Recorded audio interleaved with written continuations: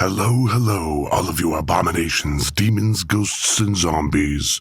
This is Casual Vengeance, and I'm here to tell you stories of the past, the present, and the future, and everything in between. I'm just another skeleton in necrosis, and today we have a swamp scare from South Carolina. Scape Ore Swamp is home of this little lizard, and he's gotten into some trouble in the past for playing tag with people who didn't know they were a part of the game. He appeared in the late 1980s, and many residents thought he was a menace, causing damage to homes, cars, and sometimes people. As it goes with all little creepy crawlers in the swamp, he's not easy to find. A local radio station even had a $1 million reward for his capture. So get ready for a reimagining of one of the first accounts ever told about this creature. If you like what you hear, then subscribe for more, and stab the like button for a smile.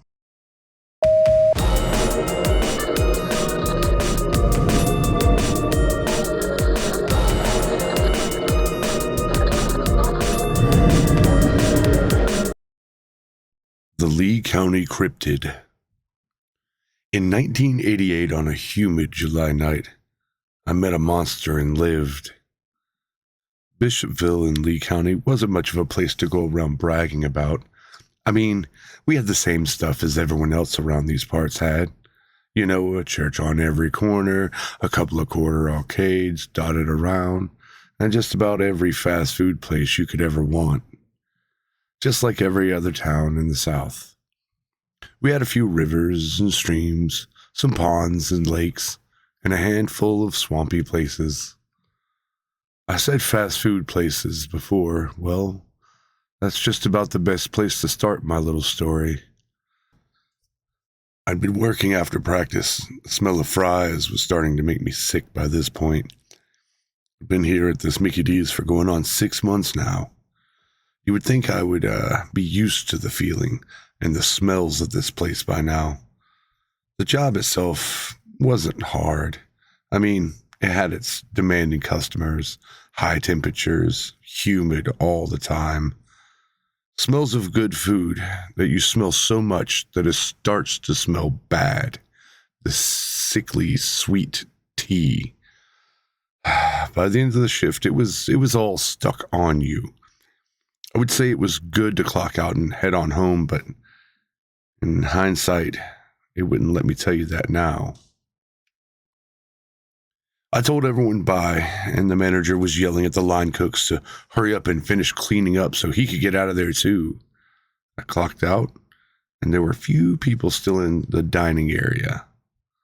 But all the fryers and steamers and warmers, they were all off and getting a final scrub down.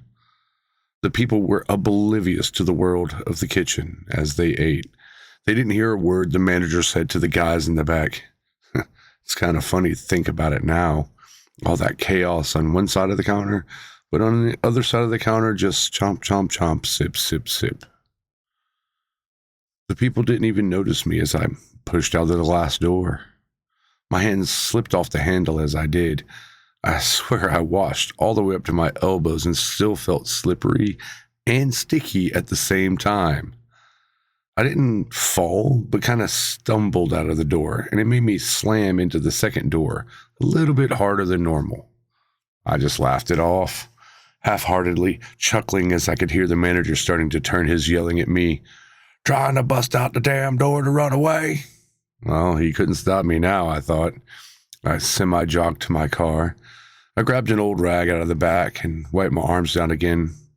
It was pointless, but it was kind of a placebo effect to try to get me to feel a little less like a large order of fries with the sweet tea. I tossed the rag into the back seat of my little sedan, and I happily hopped into the front. I took a big, deep breath of hot, humid summer air.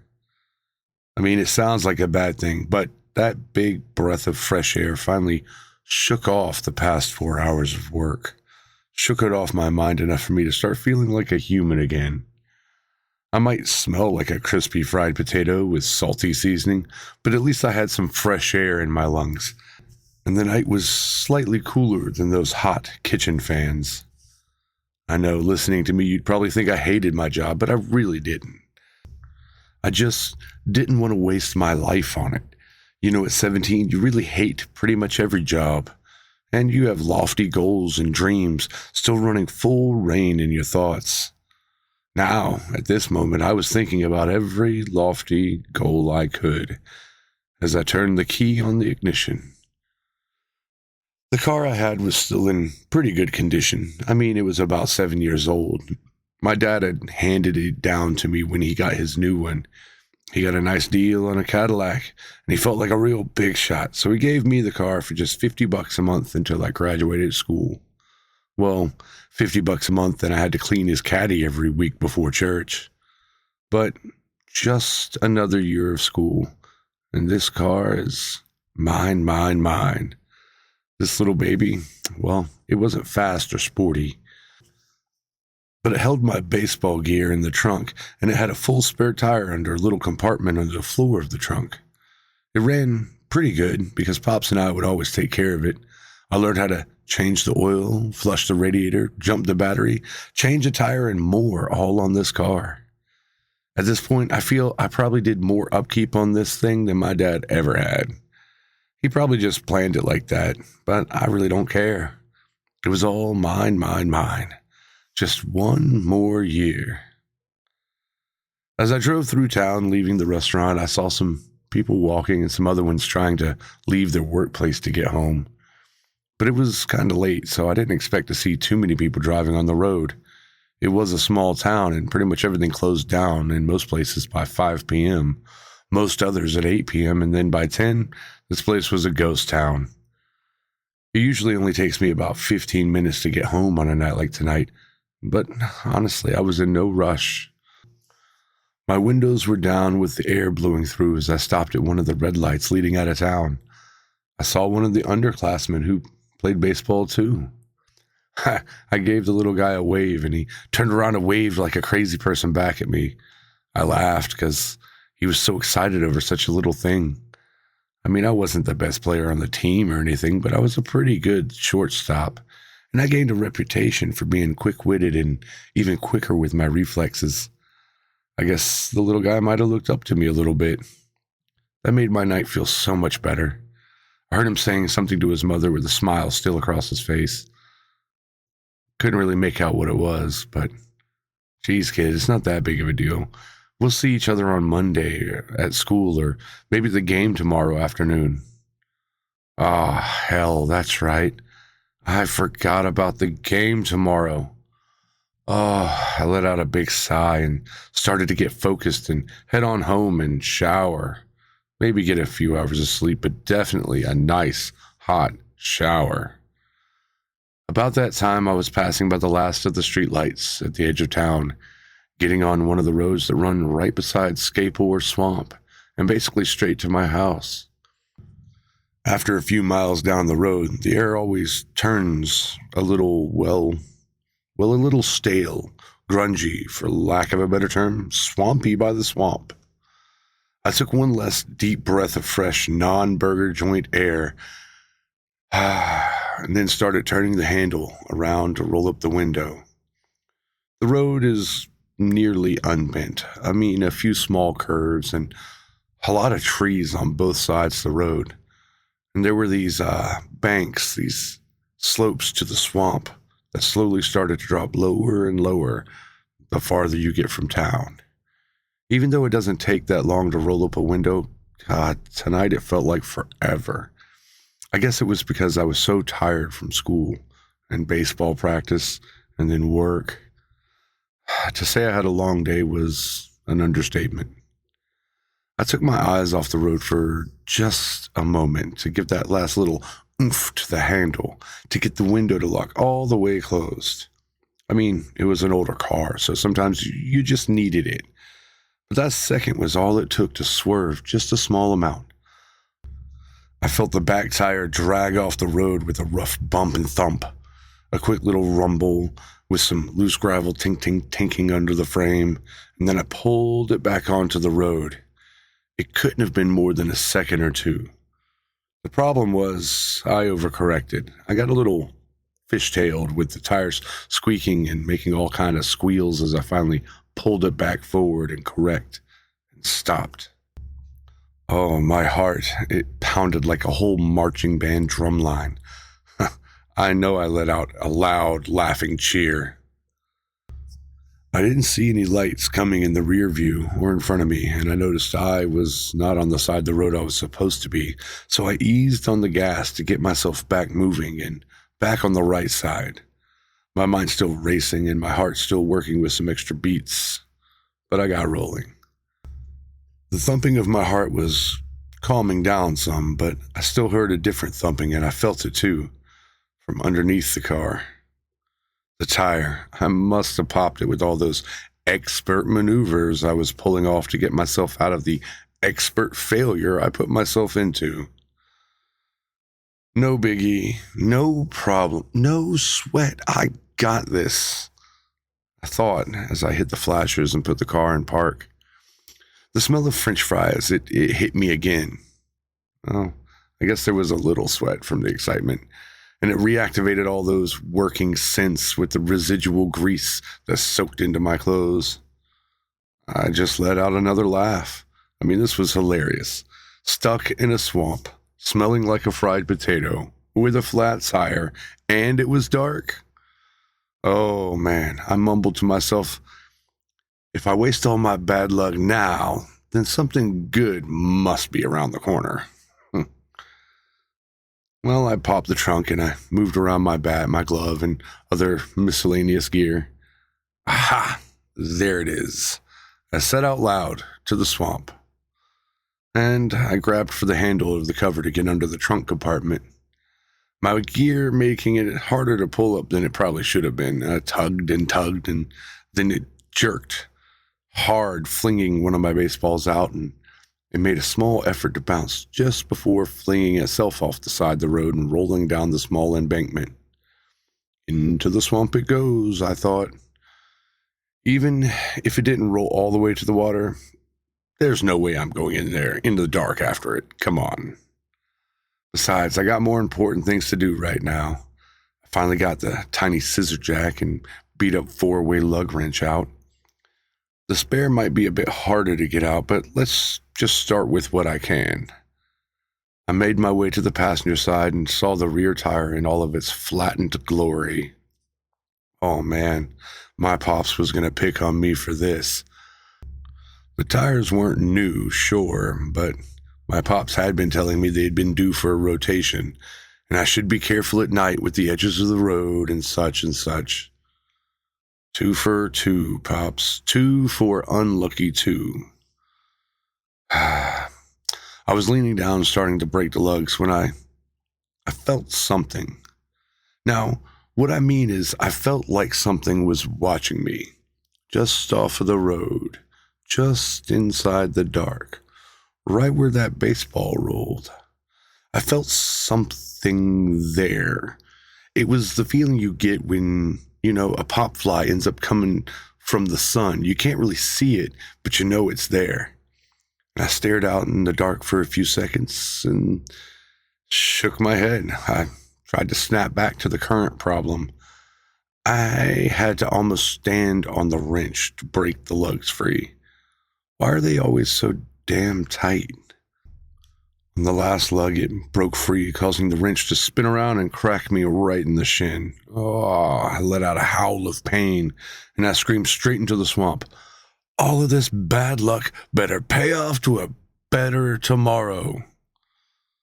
Then I thought it'll be hard to win the game tomorrow with a huge knot and bruise. But I guess it isn't any worse than any other time I've been hit with a ball in the shin. I refocused. You know what? This night was not going to get the best of me. I laid down and got the jack all situated. The asphalt was hot, and the little pebbles of loose asphalt were everywhere, pushing and grinding as I shoved and pulled back and forth, trying to get that jack perfectly placed on the frame. Got it. And I was spinning it up until the frame started to move, the tire almost off the ground. Chill ran up my spine, and I popped up and spun around to the darkness, fast. The presence, the pressure, the something was out there. I felt it again with the feeling this time. I thought about gators that patrol the swamp. I closed my eyes, and I thought it was probably just my imagination. It's nerves or exhaustion. I made my way to the back of the car to get the spare out. The presence was still there, but if it ain't moving, then maybe it ain't gonna do nothing. Probably just a toad, I thought to myself. I guess the near wreck got me all worked up more than I thought. I moved my bat to the back of the trunk, and then I lifted up the floor again and grabbed the spare tire, tugged again, and then pulled it hard, and it popped right out. See, my luck is already getting better, I smiled. But as quickly as that thought finished crossing my mind, a horrible scent filled my nose. Oh, I smelled the swamp. The sweat and stink of work was not strong enough to stop the decay, stale, gross, putrid air that hit my nose this time. Oh, I thought the only gift Mickey D's was going to give me was an odor shield against this, but not this time. I mean, to tell you it stunk would be saying that water doesn't make things wet. It was terrible. I covered my nose with my shirt, trying to retrieve some of the 4-hour fry cook perfume I had. All it did was make the smells mix into a new combo of warm and crude, greasy for all the wrong reasons, decompositioning stench. Ugh. I almost gagged, but I caught myself and rolled the tire to the back. I spun the heck out of that lug wrench, taking all the lugs the rest of the way off, and ripped that flat off as fast as I could. Slammed the spare on, spinning the lugs onto the post with lightning speed using my fingers, still fumbling the things around more than I would have liked. The last one, hand tight at least. And then I thought, where the hell is the lug wrench? I mean, it was right here. Where is the damn lug wrench? By the edge of the road, half hanging in the dirt, I spotted it. And it was not alone. There were two shines where the general direction of the tool was. Two yellow glowing orbs were just floating in the air. Two dangerous, terrifying yellow gleams of animal eyes were just inside of the dark, just off the road and outside where I could see anything else.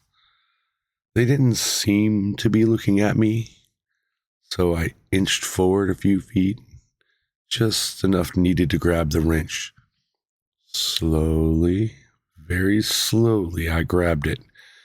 Carefully, and slowly, I pulled back with those glowing lights hovering in the air. And now I came to the full thought that they were in the air, above me. Hell, they might be taller than me, even if I was standing all the way up. I mean, the embankment drop-off was at least a few feet, and those eyes were above me as I was crouched. How big is this thing? I put the tool on the lugs and spun steadily, quickly, but not making any jolting movements, while still looking behind me at the dark and the eyes. First one tight. Those eyes were darting slightly left and right. Second one tight. They were kind of changing colors, and as the light hit them with different angles. Third one tight. Only one left, and they changed. The eyes changed red. They were brighter now, red and glowing. Maybe off the taillights of the car, or maybe the damn fires from hell. Those were red, and they were looking at me right now. Got the fourth lug hand tight, and then I heard this low, guttural sound come out. It made me kick and fall against the car, also kicking the jack handle, causing the car to pop down about a half inch or so. I was pinned with fear with my back to the car. The sound lasted for an eternity. The low rumble started to pick up a hissing sound with it, and these guttural noises, they stayed grumbling as the tone pitched and changed, and it grew louder now. I was looking up at these blood orbs. I saw small little white flickers appearing as glints as they moved closer, and they grew bigger. The thing standing in front of me had to be a foot or maybe even more taller than me, and it was just opening its jaws. The sound was so loud now, but worse was the stink. This was the smell. This stench assaulted me now like it had minutes before I knew this creature existed. Death, rotting, humid, repulsive, and it hit my face like a hammer. I should be thankful for the smell, though, because it slapped me back to my wits. And I lunged to run towards the trunk. My bat was right there, and it was something. I mean, this monster is tall, but could it take a full force hit? I had one full step, just one, before the biggest scaly dinosaur tail smashed just where I was, crushing the roof in and shattering the back window and probably the side windows too. I was shook. I was blurred. My instincts kicked in fully into flight. Run. Fight was off the table before it was ever a real option. Time slowed. I was on the other side of the car, trying the handle of the driver's door in the blink of an eye. The creature's tail hadn't fully removed itself from the car, but then it swung off the roof and whipped, slamming the trunk closed, shaking the car, and I locked with its eyes, those red eyes. Click. The driver door opened. I was inside the car with it started and in gear in another blink of an eye. Foot down. I heard the engine revving up. Then I remembered the jack. It still had the car up.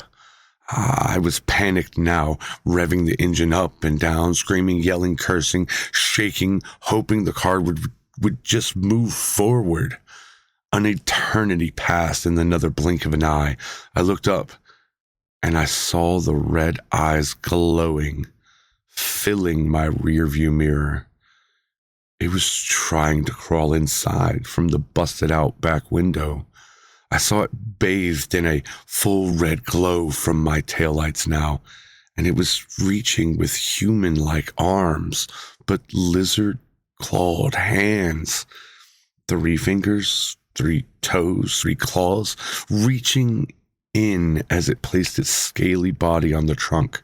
Greenish red scales, long tongue, sharp teeth. It was a giant lizard creature. I would have welcomed a gator instead of this thing. Its tongue and razor-sharp teeth dripping with slime, gleaming in the light that made it look more like blood. And the sounds it made were hissing, screeching, growling. It was so close to me and I couldn't move. I could only hear the engine revving as my foot became frozen on the pedal. Another blink of the eye, and bam, thunk, the back of the car fell down. The reptile man creature, its weight finally pushed the car off of the jack. My tires screeched with the beast still on my trunk. The car jerked forward, making more squeals, and pulled the beast out of my back window. Well, more like I pulled the car out from under the monster as I flung forward and sped out and away. I mean, I fishtailed a little, but I didn't overcorrect this time. I just powered through and kept going forward. Just get away from this thing. Another blink of an eye, and the creature was gone from my rear view, gone into the distance. He had disappeared into the enveloping darkness. I was home in what felt like a flash. My dad came running out to my screaming. He didn't believe a word I said. He just knew that I wrecked the car. He just knew I was joyriding or showing off or something. The next day, in the daylight, he thought he would teach me a little bit of a lesson, and he called the cops to come give a report. He figured paying a ticket would be a good way to prove that I couldn't get away with telling tall tales about lizard men living in the swamp, attacking teenagers. Paying a ticket to man up and take responsibility. Well, the police chief, he didn't believe my story either. Not at first. Not until he saw the blood and scales in the back window and the scratches dragged across the back of the trunk. Weeks later, several other people found chewed-up bumpers and three-toed footprints, and the newspapers were going wild in the search for the lizard man myth. But I knew that in 1988, on a humid July night, I met a monster and lived.